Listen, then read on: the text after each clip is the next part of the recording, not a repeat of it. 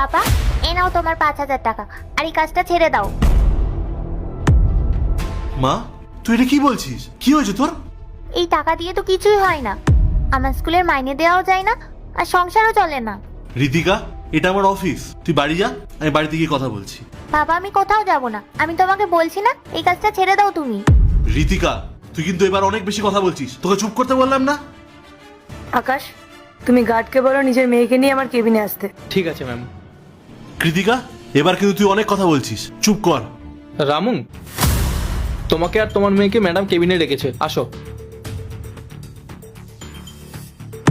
দেখেছিস, অফিসের চারিদিকে ক্যামেরা লাগানো থাকে, ম্যাডাম সবকিছু শুনতে পায়। চল এবার, অকারণে তোর জন্য কথা শুনতে হবে, চল। ম্যাডাম, আমি মিটিং এর কথা সবাইকে জানিয়ে দিয়েছি, 10 মিনিটের মধ্যে সবাই কনফারেন্স রুমে চলে আসবে। তাহলে ম্যাম আসি। দাঁড়াও পূজা, এখন একটা জরুরি কাজ বাকি আছে। ম্যাম, আপনি কি আমায় ডেকেছিলেন? পূজা শোনো, এটা আমাদের অফিসের গার্ড, আর এটা ওর মেয়ে। কিছুক্ষণ আগে আমি অফিসের বাইরে একটু চেঁচামেচি শুনি, সেখানে এই বাচ্চা মেয়েটি এসে ওর বাবাকে বলছিল যে এই 5,000 টাকার স্যালারিতে নাকি ওকে আর কাজ করতে হবে না এখানে। বিষয়টাতে না আমার কেমন একটা খটকা লাগছে। মানে আমার কোম্পানিতে কোনো এমপ্লয়ি 5,000 টাকা স্যালারি পাবে? এটা তো হওয়ার কথা না। পূজা, তুমি কি আমাকে এই 5,000 টাকার ম্যাটারটা বোঝাতে পারবে? হ্যাঁ ম্যাম, আমার বাবা 5,000 টাকাই মাইনে পায়, আর যেটা দিয়ে আমার স্কুলের ফি। একদম চুপ।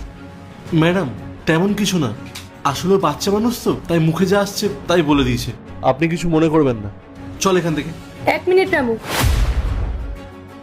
তোমাকে আমি আমার কেবিন থেকে বেরিয়ে যেতে বলিনি।